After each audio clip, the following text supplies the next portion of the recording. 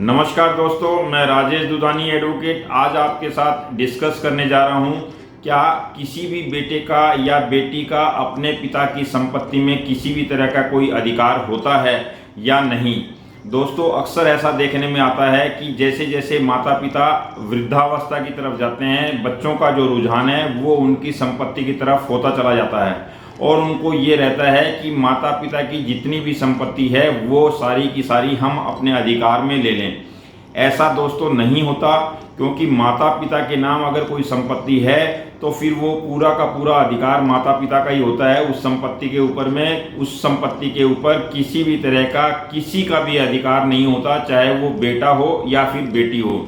दोस्तों, ऐसी भ्रांति समाज में है, लोगों के मन में ऐसा अंधविश्वास है कि पिता की जो संपत्ति है वो पुत्र या पुत्री की ही होती है, लेकिन ऐसा नहीं है। पिता की संपत्ति पिता की ही होती है और पिता जो है अपने जीवन काल में उस संपत्ति का किसी भी ढंग से उपयोग कर सकते हैं। किसी भी ढंग से उपयोग करने का मतलब ये है कि पिता अगर चाहें तो वो संपत्ति दान दे सकते हैं, वो संपत्ति किसी के नाम कर सकते हैं, वो संपत्ति अपने रहते हुए बेच सकते हैं या अन्यथा किसी भी प्रकार से उस संपत्ति का निस्तारण कर सकते हैं।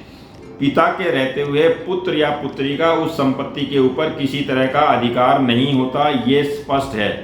जबकि अगर मान लीजिए पिता जो है बिना किसी के नाम किए हुए अगर एक्सपायर हो जाते हैं, उस कंडीशन में जो उस पिता की संपत्ति है उस पर जो है लीगल हेयर, जैसे वाइफ, बच्चा, अगर कोई लड़का है या लड़की है तो उनका इक्वल राइट हो जाता है, वहां पे उस संपत्ति में उनका अधिकार होता है। अन्यथा पिता के जीवित रहते हुए पुत्र या पुत्री का या वाइफ का किसी तरह का कोई अधिकार नहीं होता। पिता जो है पूर्ण रूप से उस संपत्ति का अधिकारी होता है। वो अपने जीवन काल में रहते हुए अगर चाहे तो अपने बेटे या बेटी के नाम कर सकता है। अगर उनकी इच्छा नहीं है तो वो संपत्ति कोई भी पुत्र या पुत्री अपने पिता से जबरदस्ती अपने नाम नहीं करा सकते।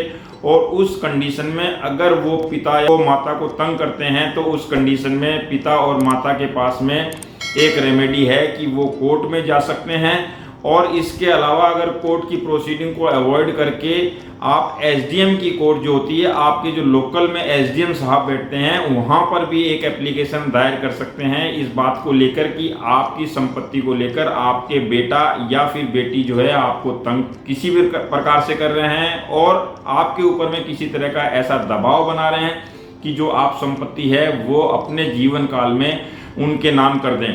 इसलिए पिता जो है पूर्ण रूप से स्वतंत्र होते हैं, या माता जिनके नाम ये प्रॉपर्टी है वो पूर्ण रूप से स्वतंत्र होते हैं। उनके ऊपर में किसी भी तरह का कोई दबाव नहीं होता और ना ही पुत्र और पुत्री का कोई अधिकार होता।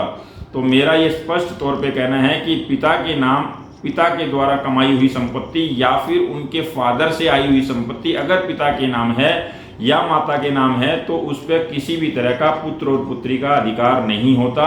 ये अगर किसी के मन में भ्रांति है तो वो बिल्कुल निकाल दें, क्योंकि पिता ही उसका पूर्ण रूप से अधिकारी होता है। तो दोस्तों, ये एक वीडियो पिता की संपत्ति क्या पुत्र ले सकता है या पुत्री ले सकती है, इसके ऊपर अगर आपको अच्छा लगा हो तो मेरे इस वीडियो को लाइक, शेयर और सब्सक्राइब जरूर करें। आपका एक लाइक और एक शेयर जो है मेरा मोटिवेशन बढ़ाता है और उस मोटिवेशन बढ़ने के कारण मैं आपके लिए नए नए लीगल वीडियोज लेके आता हूँ। नमस्कार, धन्यवाद।